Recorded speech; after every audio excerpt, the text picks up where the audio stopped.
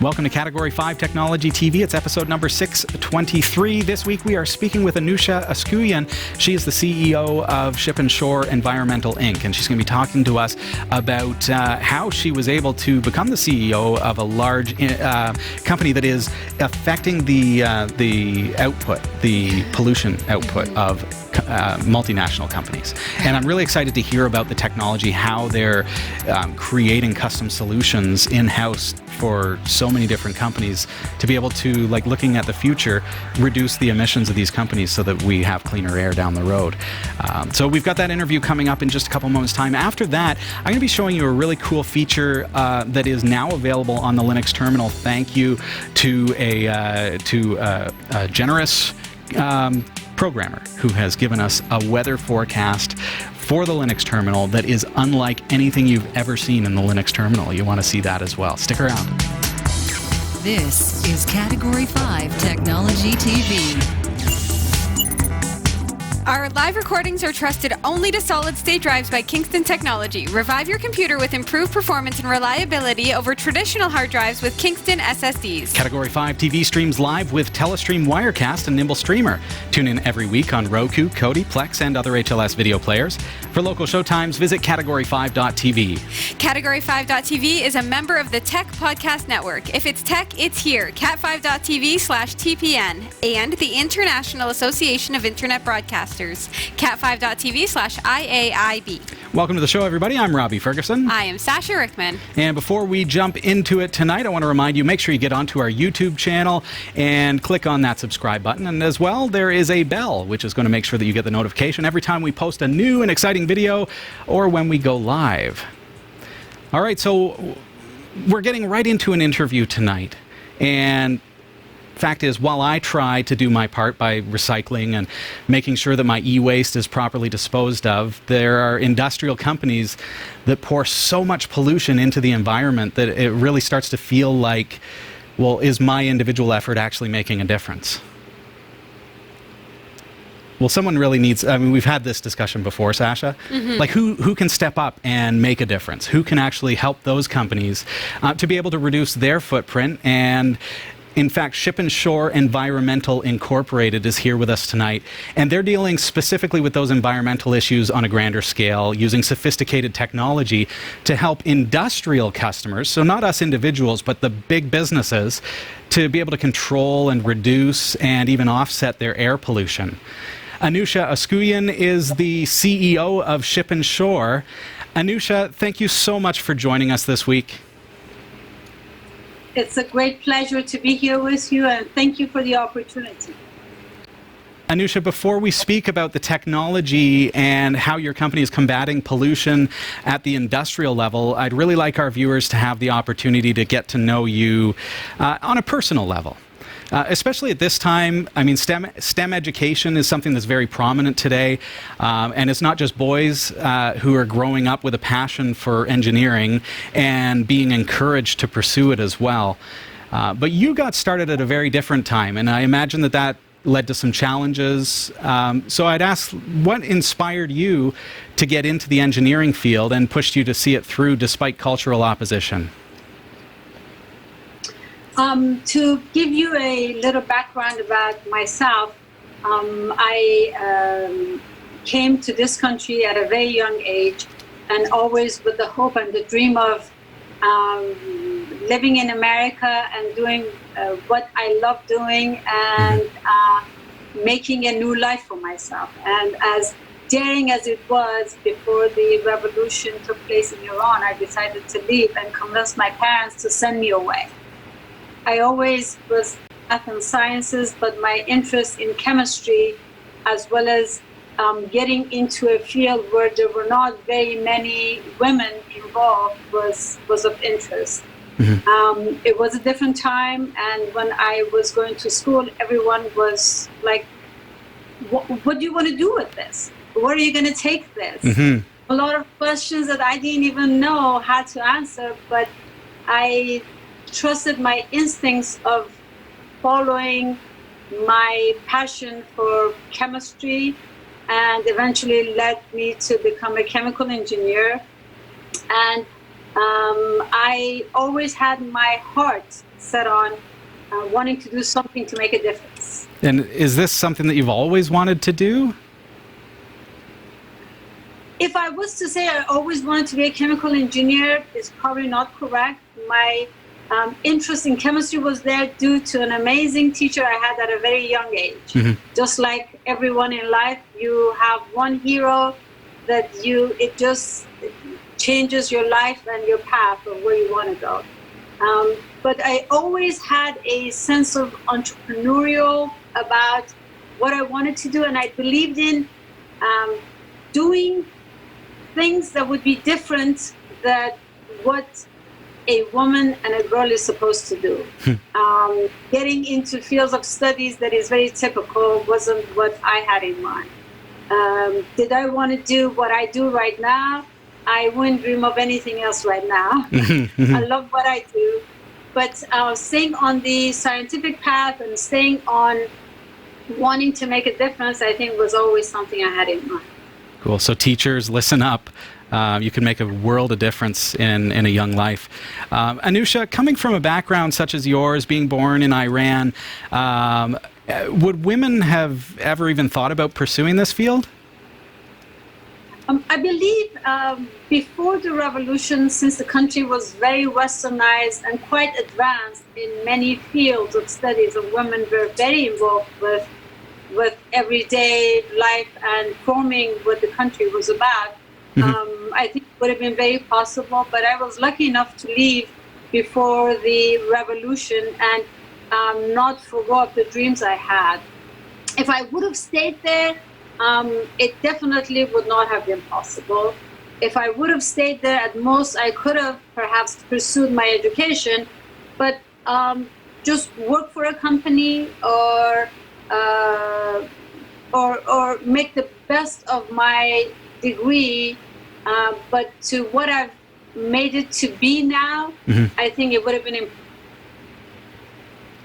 We lost you there. Sorry, you just cut out there. Sorry. If you just back up just about 10 seconds. Sorry about that, folks. I was just mentioning that even in this country, where I am and what I do is not a very typical of what a woman would do with the education that I have. And I've had quite a bit of challenge to make sure that we stay on path and continue with the company as I do. We're seeing a lot of change these days, but like back when you were getting started, what was really the biggest challenge that you faced, Anusha? Getting started, just working as a woman in the chemical engineering field. At one point in time, when I was hired on a major EPC company, they simply wanted to meet their quota of having enough women on board. Oh, and yeah. I won't mention names, but that's really what they did. And not knowing, and definitely management positions were not as readily available to the women that were chemical engineers. And advancing within a company was not as easily as it is achieved nowadays. And I'm so happy to see so many women powerhouses and CEOs and CFOs in many fields. So getting started was quite challenging, and I definitely had enough challenges as a CEO of my company, our company here, to walk into offices and introduce myself as one. And they would, if I did not introduce myself with my title, they would always think I was the engineering secretary that came along with a bunch of guys to present what the design was going to be. Oh no, so you have a good sense of humor about that, it seems, so you kind of put them in their place. I do. I have a story. If you have a minute, I could tell you a company that we walked into. At one point in time, we did not have titles on our business cards. I walked in with a number of our engineers to make a big presentation, and so they invited us to go in. I was the only woman, and the secretary at the front office showed me where the coffee was, and if I wanted to get coffee for all the guys that were there, and get ourselves situated. Oh, Anusha. And sit comfortable, and we said nothing. A number of guys were with us, and what I did was I went along, and once the clients walked in, they would totally ignore looking me in the face, and we're talking to the guys, asking everybody to make their introduction. Yeah. And they did. I went last. So once I introduced myself, and I told them that I was the CEO of the company, literally jaws dropped, and it's a moment that I always keep vivid in my mind, but I wish I had my iPhone back then. Anusha, I'll bet that they have not forgotten that moment either. Here you are. I mean, you're the CEO of the company. How did you get from where you were to here?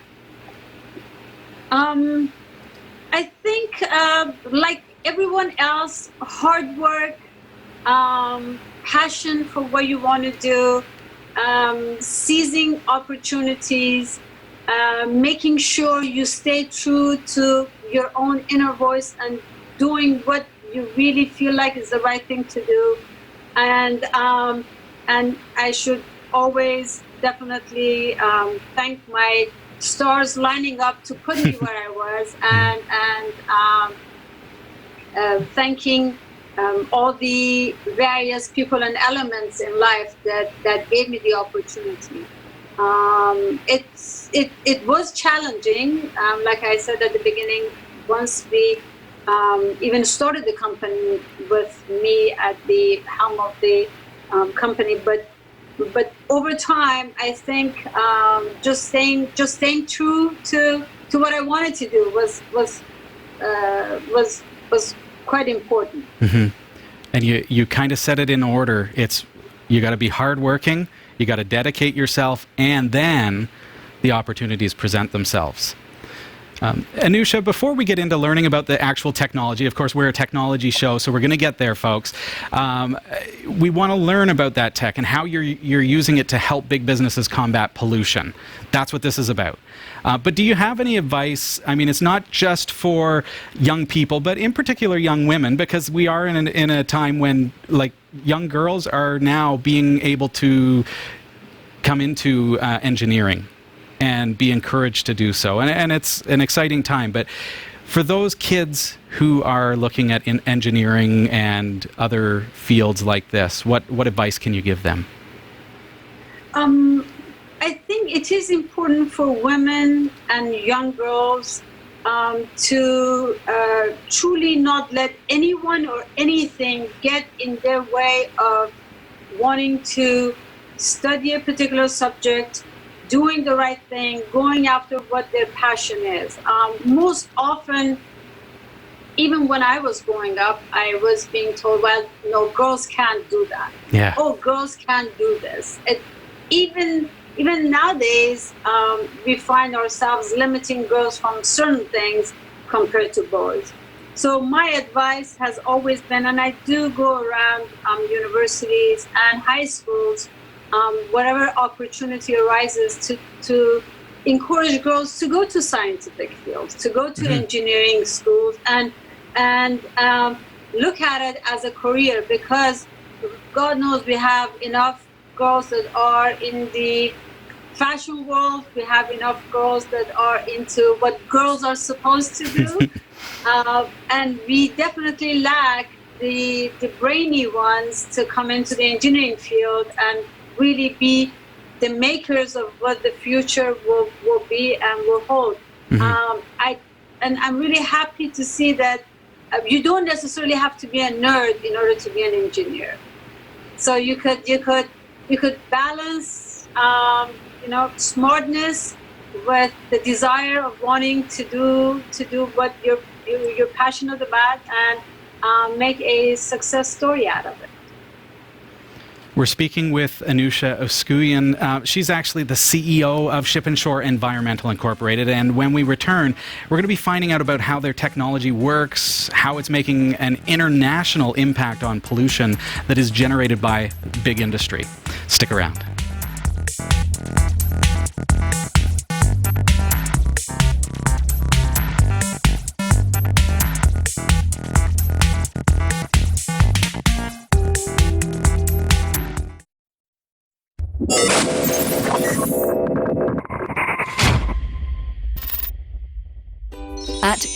Shore Environmental, we provide customized engineering solutions for air pollution abatement. We engineer, design and fabricate environmental products and systems, including regenerative thermal oxidizers for clients that are required to collect and destroy emissions generated by their manufacturing operations. When you work with Ship & Shore, we become your strategic partner, from initial permit application to commissioning, meeting the most stringent air pollution regulations. Ship & Shore matches best abatement technologies to a variety of industrial applications. We have successfully implemented equipment for manufacturing of flexible packaging, plastics, resins, fiberglass, fasteners and coated metals, food products, pharmaceuticals, electronics, as well as safety systems for barge degassing and terminal loading applications. Ship & Shore is an international company serving clients throughout the Americas, Europe and Asia. Our team of experts provides overall engineering and management of environmental projects to reduce greenhouse gas emissions, always aiming to keep utility operating costs down through enhanced energy efficiency and waste heat recovery. Ship & Shore is also instrumental in recovering incentive rebates sponsored through utility providers for new and improved equipment operation. Our skilled teams are available 24 hours a day, 7 days a week. Contact us now for a free estimate by calling 562-997-0233 or learn more about us at shipandshore.com. I'm speaking with Anoosheh Oskouian, CEO of Ship & Shore Environmental Inc. Can you perhaps explain to us lay people how your technology works, Anoosheh? Yes, Tall order, right? Well, in general, I always say that every successful person, I like to think of myself as one, should have a 30-second, as they used to call it, elevator pitch as to what is it that we do. We are an engineering, consulting, manufacturing company that designs and fabricates and installs anti-pollution control systems for all different types of industrial facilities, all types of manufacturing facilities. Anytime anyone within any factory opens up, whether it's a can of paint or a big bucket of chemicals or anything that they process to make things, we can potentially be there and be helpful in removing any of the pollutants that comes off of the. Wow. And that is done by designing the systems to internally capture and collect all of the pollutants that are usually lighter than, they're heavier than air, but light up in the environment where workers are working. And we take it all outside to our system, where in return we have clean air coming out of the chimneys or stack of our units. Wow. And you've used the word design a few times in your response. So are we talking, are these custom designed units that you're using?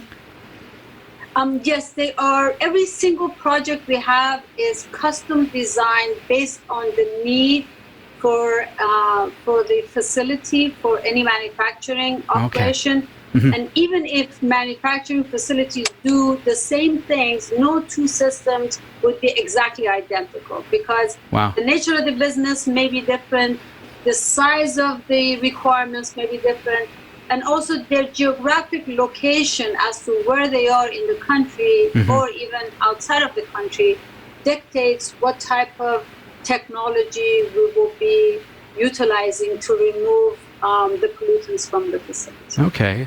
So Anusha, in your years of working with pollution control, what changes, in particular, I'm thinking about like improvements in technology. What have you seen that really has been exciting for you to be personally a part of?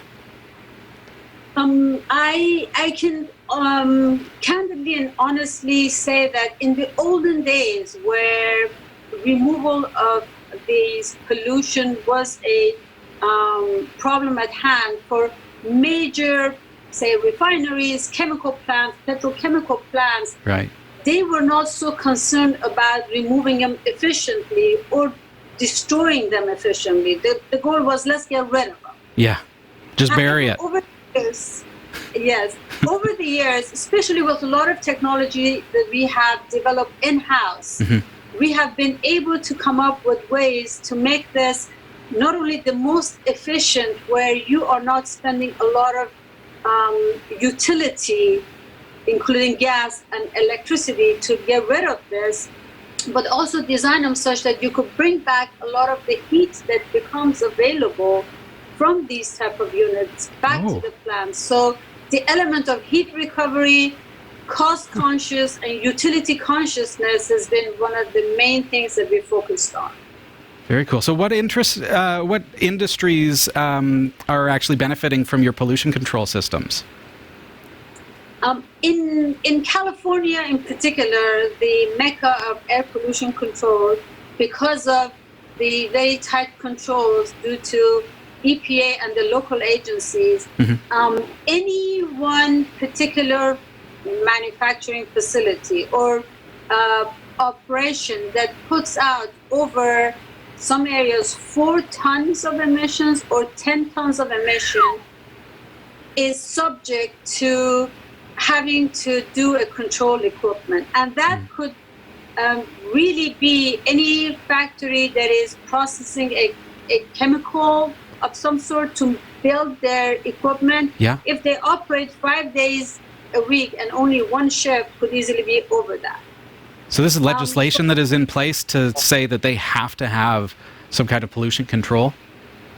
It is, yes. Okay. They do, or else the plants are not given permits to operate, or they're not even given a city permit to open up. So it has to become part of that. Some other parts of the country are a little bit more relaxed, but California, I always use the example, if you flew into LAX, say 20, 25 years ago, you could not see 5 feet ahead of you or in front of you because it was just this yellow haze all over the place, and it was extremely polluted. Right now, Los Angeles has really improved tremendously and is among one of the cleaner cities compared to what it used to be. So what we have done, which I am so proud to always share, is we truly have cleaned up the air in the vicinity in Los Angeles, LA Basin, San Diego, and most of California due to more stringent rules, which are now becoming the rule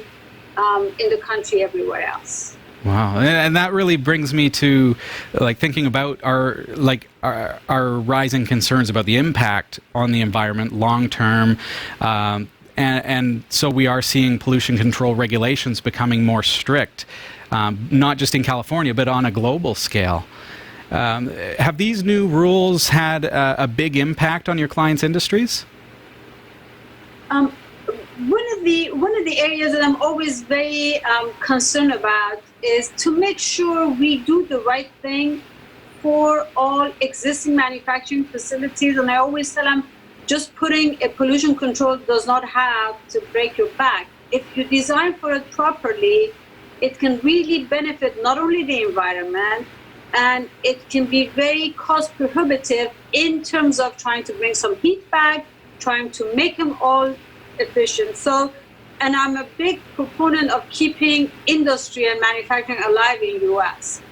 That is what the country was built on years ago, and I hate for manufacturing sector to leave U.S. and go elsewhere. So the impact that I see, there are clients that fear of what this may cost us and just avoid it totally. It does not have to be as expensive as they think.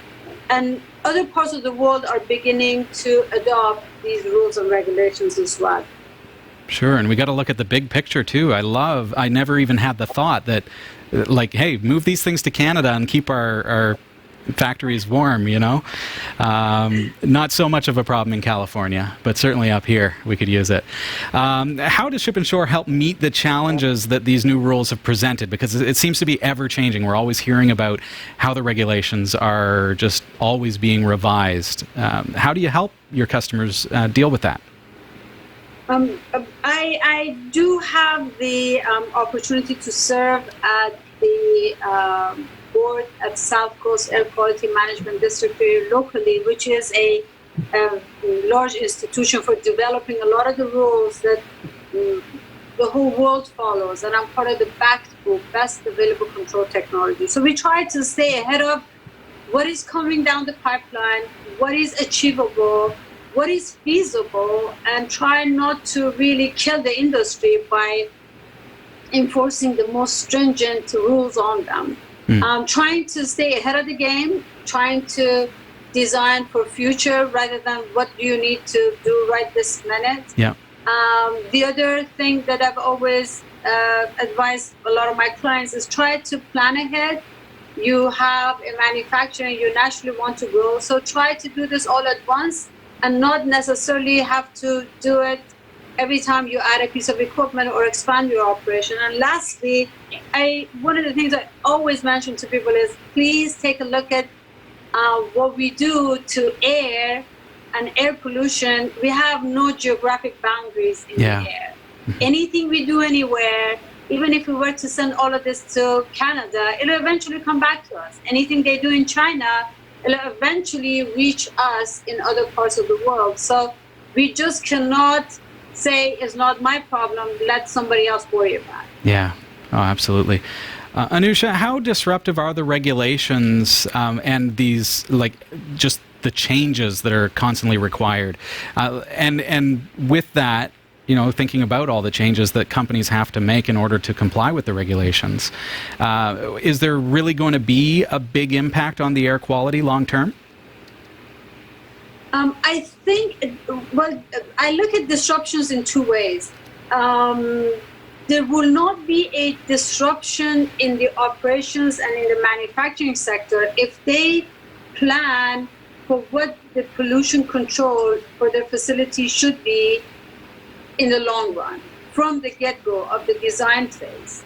If they're existing and they need to adapt to the new rules, there are ways to go about and design a system that would be completely suitable for them. There are a lot of facilities that are a mom and pop shop. They're smaller, however, they have to live with the new rules and regulations. So we do design systems that are much more compact, takes care of their needs, but doesn't break their back. Right. Is that scalable? Wow. Yeah, it is scalable. It's not one size fits all. It can easily be done for any facility. And as long as they have the will to do the right thing, there is a way to manage this for them. And I am a big advocate, speaking on behalf of the industry, with a lot of agencies around, to make sure they don't come down with the toughest rules for areas where they're just not able to do it, or the technology is not there yet, because they can sometimes get a little crazy, I should say, by wanting to enforce the worst, and the technology just is not there to support it yet. I see. Aside from our interview today, I have noticed that you've been getting a lot of media coverage, Ship and Shore Environmental, with your growth into an international presence, and really making a big dent on the environmental impact of multinational businesses as well. Can you just kind of elaborate on that? Tell us a little bit about that. We recently, a few years ago, about 3 years or so ago, we started working closely with China EPA as they were developing their rules, and they were trying to model some of the rules they had after what we've done in California. For your information, SCA QMD is referred to as the Mecca of air pollution worldwide. So we started working with them, sharing some of the experiences, and as a result, we've done a number of projects in China now. There is always a start. We won't be able to clean that country in a matter of a week or a month or a year, but a start is a good way to get going. We have recently noticed that there's a lot of demand in other Far East countries. We just started having presence in Thailand. So as the rules and regulations are tightening up around the world, and G20 is encouraging other countries to step up and do the right thing, I think there's only a lot of potential growth for our company as well as for the world, to look at things globally rather than locally. Sure. And that is what we really need to focus on. How do we impact the world globally with respect to at least the pollution and the environmental issues? And I think global warming and climate change are hopefully a topic for another discussion. Anusha, you mentioned that there are some mom and pop shops and smaller businesses that are benefiting from your technology, but we're also talking about and taking a look at big industries, these international, multinational companies. But some of these companies have been in business for a very long time. The challenge there, I'd imagine, is that changing the way that they manufacture in order to meet regulations could be extremely costly.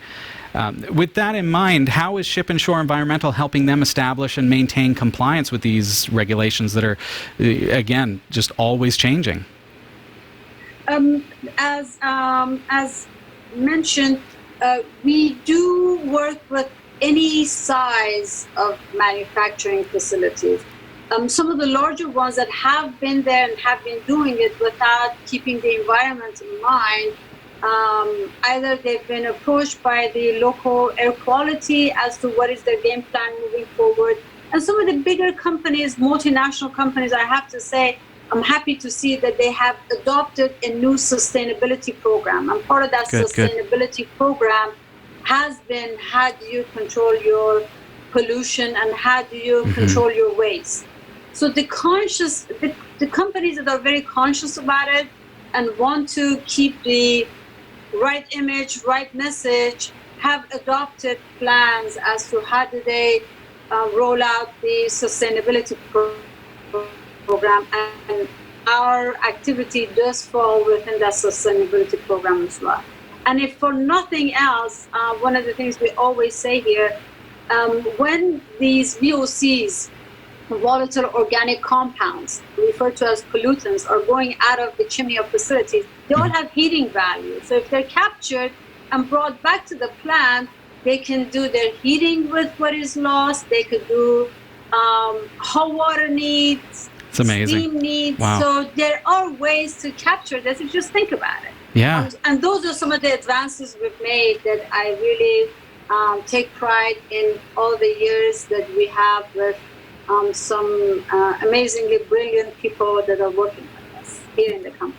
Awesome. And just quickly, when you speak of the manufacturing, or pardon me, the design process, are you speaking, like, I'm thinking about businesses that have maybe been in business since the 1960s, and like, is the design process your product? Like, can you come into a factory like that and improve their facility so that it's not, so that you're offsetting the pollution that's coming out of there? Yes, we are able to do that. I have walked into some facilities, believe it or not, that have been there for decades. Wow.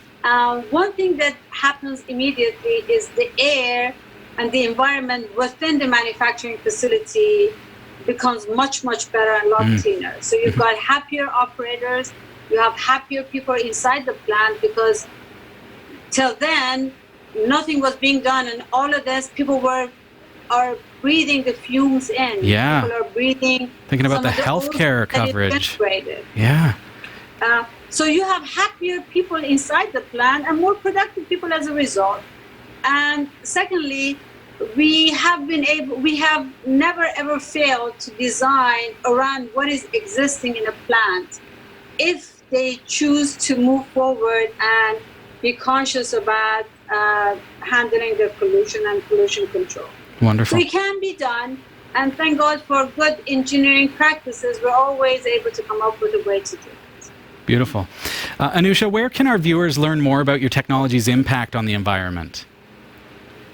Well, naturally, it's always great if they go to our website, which is one place we always like to get people to go visit, because we have case studies, we have pictures of what has been done, we talk about different industries. Naturally, www.shipandshore.com. SHIPANDSHORE.com. And we do have a live chat available, so if someone ever had a question, a lot of times we even have students that are doing papers and projects that go to our site and want to learn more. We have students that become intern over summertime. So we try to keep the educational side of everything live and kicking at all times, as well as hoping to be able to gain more clients as a result of whether it's a brand new facility they're building, whether they want to just become more aggressive in their environmental practices, or just wanting to do the right thing. Fantastic. Shipandshore.com. Anoosheh, thank you so much for taking the time out of your busy schedule to share with how your company is helping to reduce the world's pollution. Keep up the great work. Thank you so very much, and thanks for the opportunity. Love hearing from your audience. If they do have any questions, we'll be more than happy to entertain those. And again, thank you. Thanks, Anoosheh. All right, we've got to head over to the newsroom. Sasha, if you're ready. I sure am. Here are the stories we're covering this week in the Category 5.tv newsroom. A ransomware strike took down 23 government agencies in Texas. Walmart is suing Tesla's energy division after solar panels on 7 of its stores caught fire. Researchers have found 85 Google Play apps with more than 8 million combined downloads that forced users to view full-screen ads. Mario Kart Tour was supposed to be available in March 2019 until Nintendo delayed its release to give it a bit more polish. Now the gaming giant is finally ready to roll out and has announced an official launch date. These stories are coming right up. Don't go anywhere. This is the Category 5.tv newsroom, covering the week's top tech stories with a slight Linux bias. I'm Sasha Rickman, and here are the top stories we're following this week. A ransomware strike took down 23 government agencies in Texas. Early on August 16th, a total of 23 local government organizations in Texas were hit by a coordinated ransomware attack. The type of ransomware has not been revealed, and Texas officials asserted that no state networks were compromised in the attack. A spokesman for the Texas Department of Information Resources, or TDIR, said authorities are not ready to reveal the names of the entities affected, nor other details of the attack. State and federal agencies are in the midst of a response, and TDIR did not have information on whether any of the affected governmental organizations had chosen to pay the ransom. But the TDIR did reveal that the ransomware came from a single source, saying, quote, "At this time, the evidence gathered indicates the attacks came from one single threat actor. Investigations into the origin of this attack are ongoing. However, response and recovery are the priority at this time." End quote. Response teams from the TDIR, the Texas Division of Emergency Management, Texas Military Department, Department of Public Safety, and the Texas A&M University System Security Operations Center and Critical Incident Response Team have all been involved in the effort to bring systems back online, as federal officials from the Department of Homeland Security, the FBI, FEMA, and other agencies. It's been a bad year for American cities facing ransomware attack. Baltimore is still in the process of recovering, just sending out its first water bill since May and facing $18 million in direct cost and lost revenue.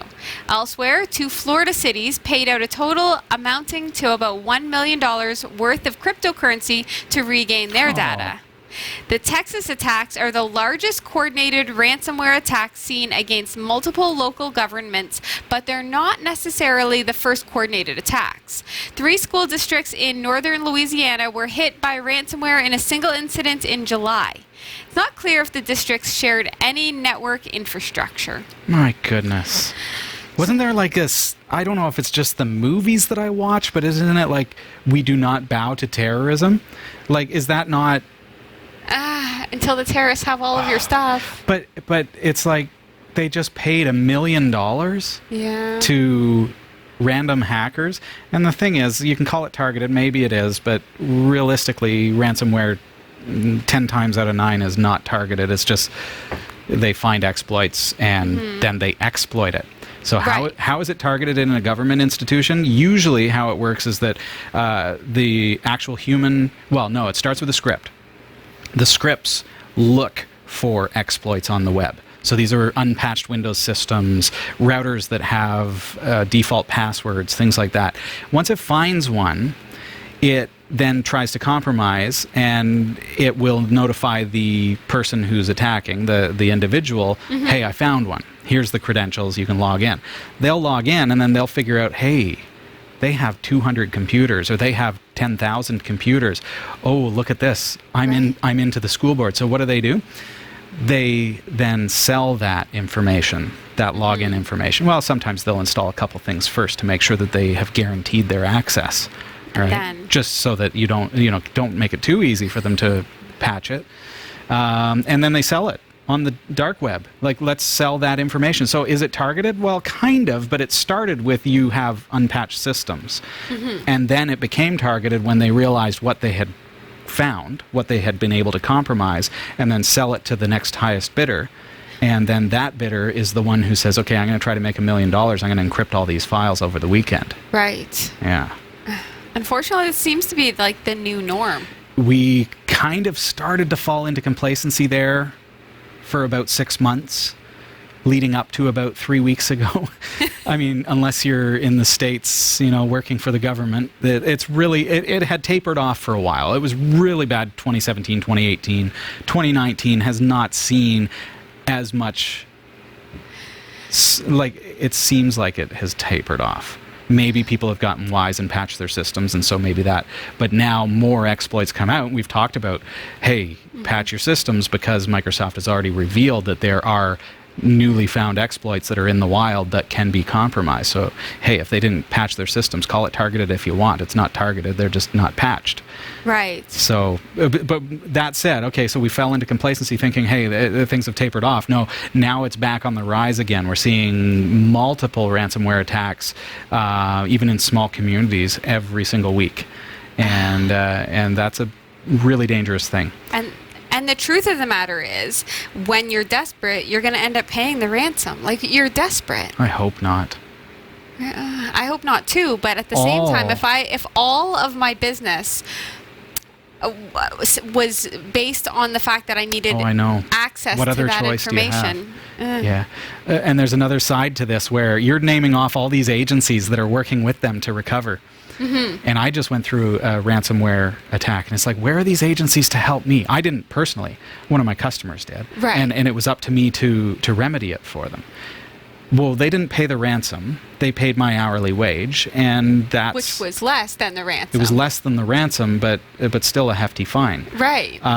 But the fact is that, that was my burden, my stress to deal with it throughout the process, because backups were not what they should have been, and so on. So, but they've got these massive industries that will come in and help them recover. Right. But we can't get backwards, and you can't pay these folks. I know. It's a really hard thing. Look for volume shadow copies if you ever get hit. Another thing that's really interesting, not to take too much time, I know you want to move on, but if I can give you one tip, this is a really interesting fact. And as soon as I say it, I think that the malicious parties that are watching are going to be, we need to fix that. Volume shadow copies are like copies of your files that you can revert to the previous version on Windows. Okay. Very, very handy if you have them and you need to go back in time. So if you have volume shadow copies and you get hacked or hit by ransomware, sometimes, if you have a volume shadow copy, you can go back to the previous version of the file, and you can do it on a whole drive. So you can just undo the damage, just like that. But these days, the malicious parties are getting smart, and they're removing the volume shadow copies from the computer. This particular instance, the hacker, whoever coded it, only removed volume shadow copies from the C drive. So the interesting fact about that is, if your system drive or your data drive is not C, C colon in Windows, like if it was D or Z or P or whatever, you'd still have it. You may have still had the volume shadow copies. The data would have still been encrypted, but they didn't think to delete the volume shadow copies from any drive other than C. Right. Now, that's only the case of the particular malware that I was dealing with. That was a really stupid bonehead mistake on the part of the hacker, but it gave me an opportunity to restore some of the networking because there were volume shadow copies of the mounted volumes. Right. Right. So it was a whole different scenario. So watch out for that. Volume shadow copies could be your friend. That's for sure. Walmart is suing Tesla's energy division after solar panels on 7 of its stores caught fire. Walmart's legal team alleged that the firm was negligent in how it installed the panels on the roofs of the stores. Court documents describe a string of fires that occurred between 2012 and 2018 at Walmart locations in Ohio, Maryland, and California. The first fire occurred at a Walmart store in Long Beach, California in 2012. Another in Beaver Creek, Ohio in March 2018 saw customers evacuated and the store closed for 8 days. Oh. The court documents say, quote, to state the obvious, properly designed, installed, inspected, and maintained solar systems do not spontaneously combust, end quote. Walmart is asking Tesla to remove solar panels from all of its stores and to pay damages. Tesla's share price fell on news of the Walmart lawsuit, which was filed in the New York State Supreme Court last Tuesday. That is such a crying shame. It puts a real negative spin on solar panels, doesn't it? Because right. And now I'm thinking of putting solar panels on the roof of the house, and it's like, I don't want my house to catch fire. I don't think solar panels are that dangerous. I mean, I realize that maybe Tesla had 7 stores with solar panels catch fire, and I realize that that's a tragedy, and being closed for 8 days is bad, and I don't want to diminish the fact that I'm sure that there was damage. I think that the pros outweigh the cons as far as solar panels go. These things can't, like this. Like they. How long? I want to know how long were they installed for? Right. That's, I guess, the question, the burning question. Because in the statement from Walmart, they said properly maintained. Well, were you properly maintaining it? Right. I know customers who say they've been properly maintaining their server, and they're using an EOL version of server. Right. Like, could lightning have hit it? Could that have been the case? I don't know. 7 You'd think they'd stores? have a lightning tower or some tree nearby that's a bit taller than the building. I would like to know how many stores Tesla has solar panels on. Because 7 stores doesn't seem like a huge number. It feels... Yeah, was it just a trial? Like, were there only 8 stores and 7 of them caught on fire? Right. Or was it millions of stores? Yeah. See, know? my neighbor 2 doors down has solar panels all over their entire roof. Roof.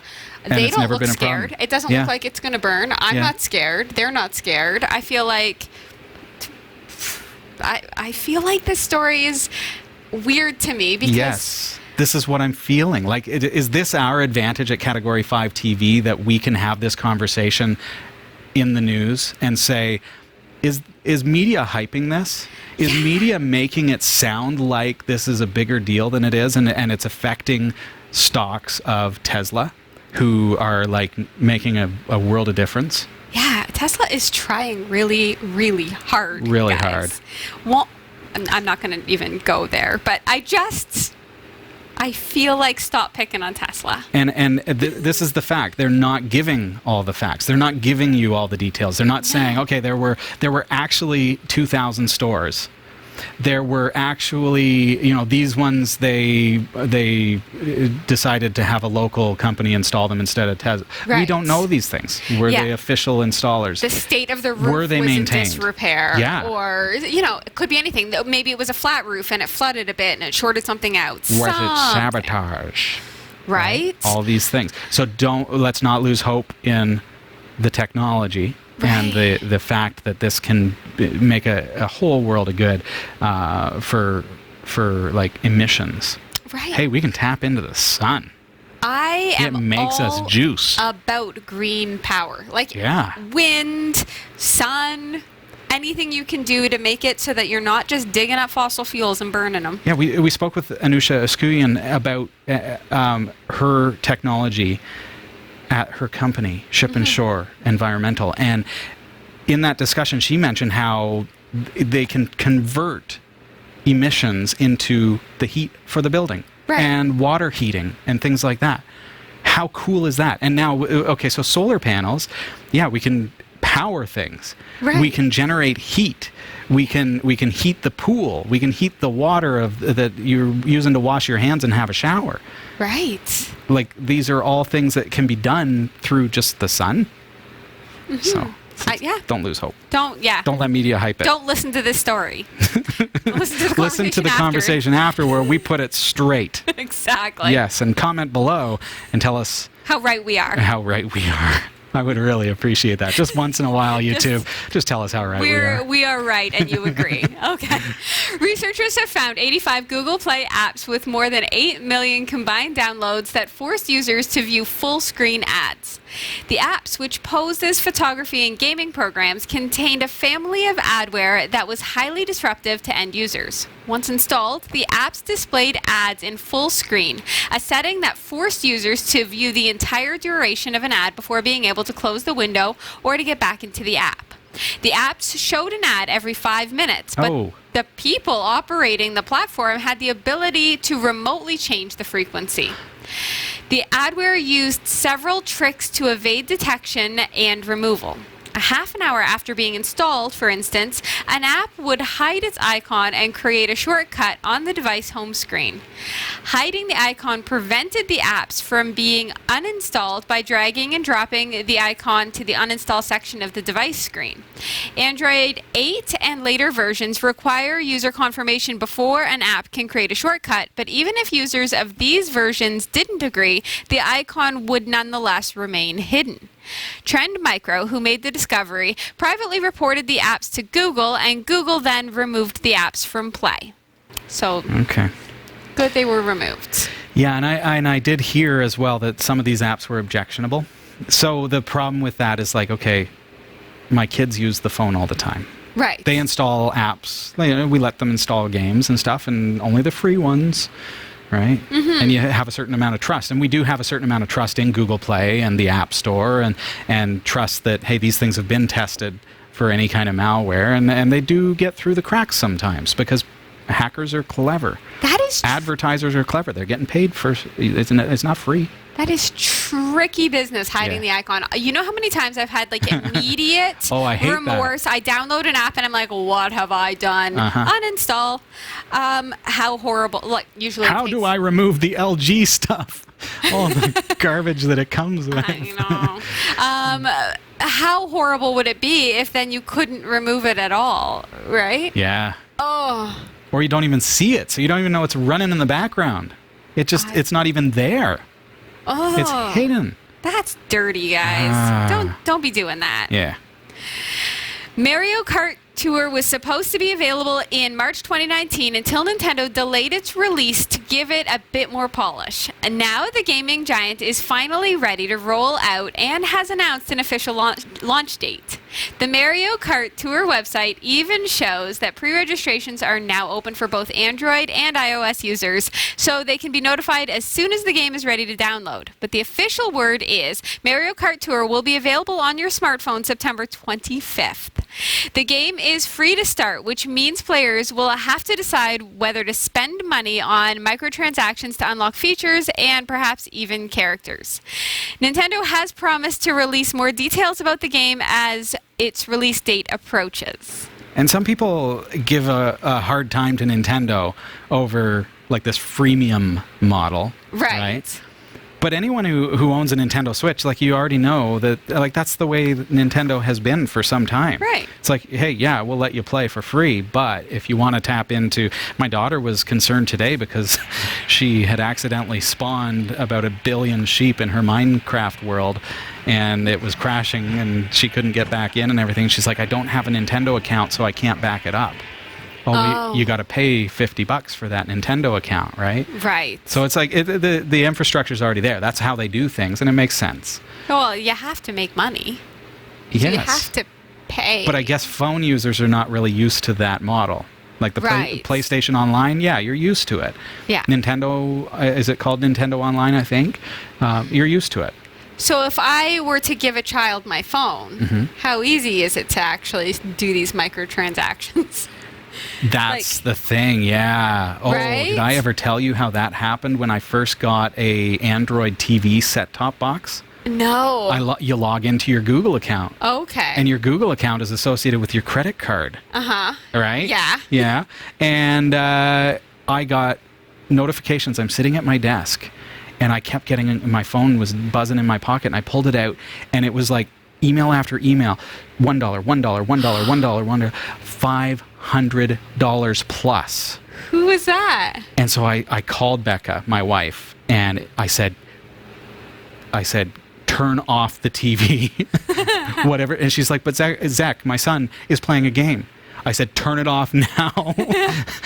It was just racking up. He apparently was sitting there in some race car game where you can like push the button over and over and over again to increase your power of the car or something. And it's taken $1 at a time to do this. Oh my goodness.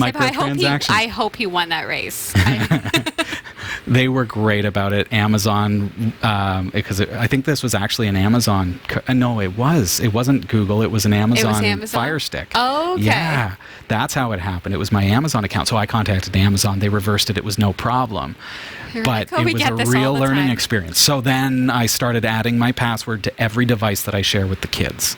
Right. You've got to do it. So parents. Yeah. With this new game, right? Like you want to watch out for that. You'll for sure want to. Pocophone F1s, I love it. Has second space. So I have my own profile for everything, and then I have a second one that has just the games for the kids. And I use that profile when I do demonstrations on the air. Oh, because then if my wife messages me and it pops up like private messages, it doesn't show up on the air, which we've had happen before. Right. All her romantic messages as we're on the air. So that's a cool feature. So turn on the password protection anyway, should protect you. I want to take a quick look at our cryptocurrency market as of 1800 hours, Wednesday, August 28th, 2019. Bitcoin is down quite a bit, $405, down to $9,676.28. Facebook Libra is holding steady at zero. That's because right. It's not actually trading yet, but one day we're going to find that it is trading, and that will be exciting. Litecoin is also down. Everything's down this week. $66.40 is the fiat value of that in US dollars. Ethereum is down at 172.01, Monero at 72.13, Turtlecoin is at 0.49 ten-thousandths of a cent, and another coin that has lost a lot, we've called it Stellite. And then they changed their name to Torque. And then they were doing quite well. This week, they've lost another 0.56 ten-thousandths of a cent. So they basically cut the coin in half. And are you ready for this? They've changed their name again. Oh, goodness. I don't know what they're doing, but Scala is the name of the coin They're the now. Cryptocurrency formerly known as... Yeah, exactly. Yes. So you go to Stellite and it says it's now called Torque. And then you go to Torque and it's now called Scala. Scala? But Torque was doing really well, and then Scala is now, I don't know if people have lost confidence in it because, and you know what? It could also be, it's a pain in the butt when they change their coin so much. Right. Because if I'm crypto mining, I have to reinstall and reconfigure everything and install the new crypto miner, install the new wallets and everything. It's like, oh, you know what? I'm just moving on to a different coin. Turtlecoin has been pretty stable, and it's another micro coin. They should have kept it at Torque. That's a solid name. I think it's just another case of they probably found a company that said, we already own that trademark. Maybe they should start Googling the names that they come up with. I got an idea. Let's call it Tesla. Right. Yeah. And that's your coin. So. I can tell you, I will put money on the fact that when the Facebook Libre, it'll have to gain its first week. You can't go below it's zero. Going up. It's going to go up first folks. week whenever it happens. Yep. So invest now. Oh, wait, you can't. Yeah. Yeah. Big thanks to Roy W. Nash and our community of viewers for submitting stories to us this week. Thanks for watching the Category5.tv newsroom. Don't forget to like and subscribe for all your tech news with a slight Linux bias. And for more free content, be sure to check out our website. From the Category5.tv newsroom, I'm Sasha Rickman. And I'm Robbie Ferguson. Hey, stick around. I have a Linux tool that is going to blow your mind for the Linux terminal. Don't go anywhere.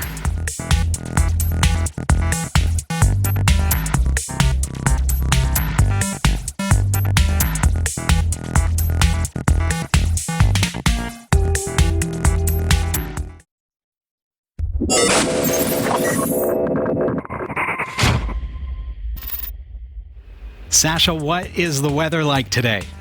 I don't know. What's it going to be like tomorrow? I also don't know. What's it going to be like at the CN Tower? Because I want to go there.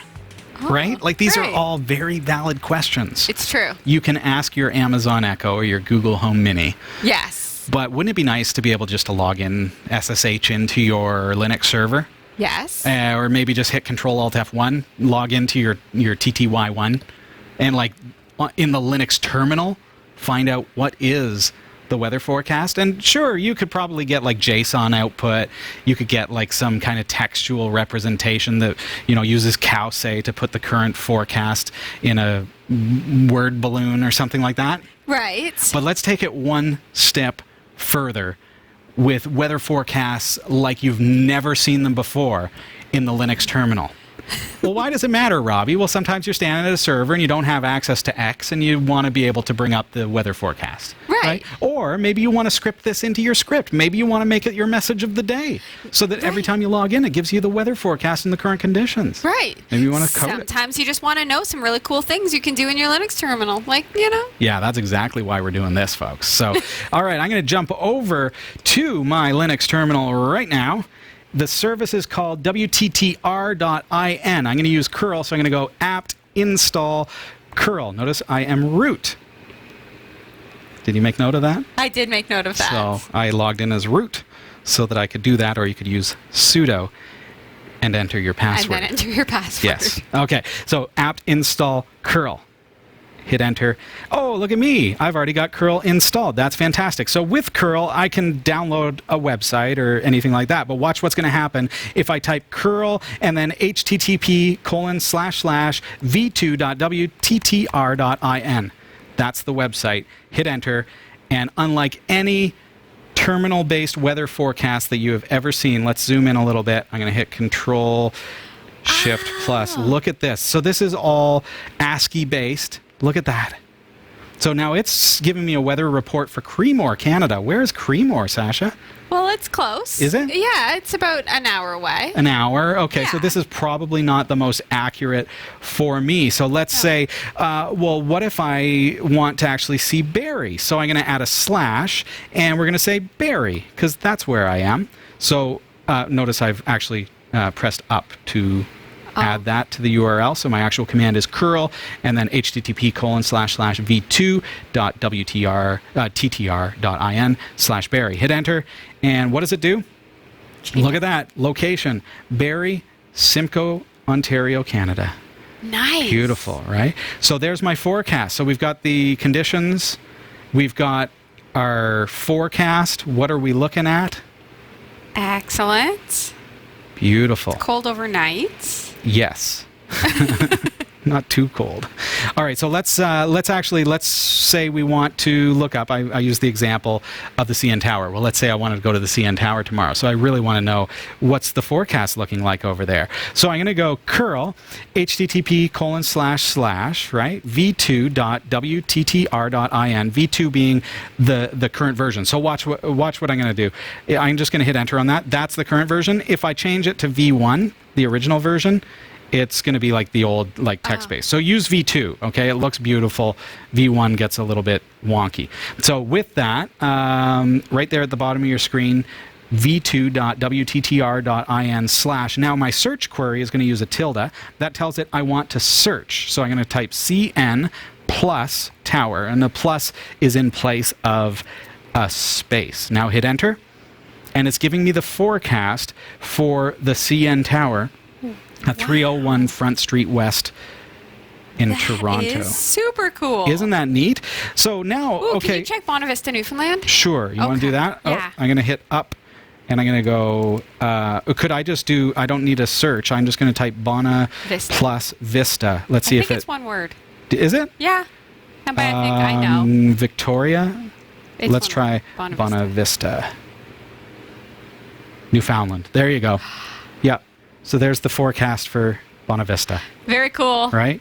Okay, so let's take it to the next level because I want to script this.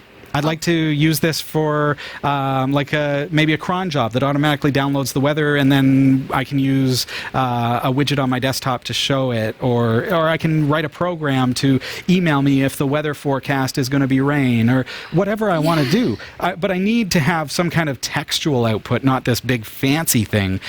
So what I'm going to do is I'm going to just change my query just a little bit. So I'm going to go curl.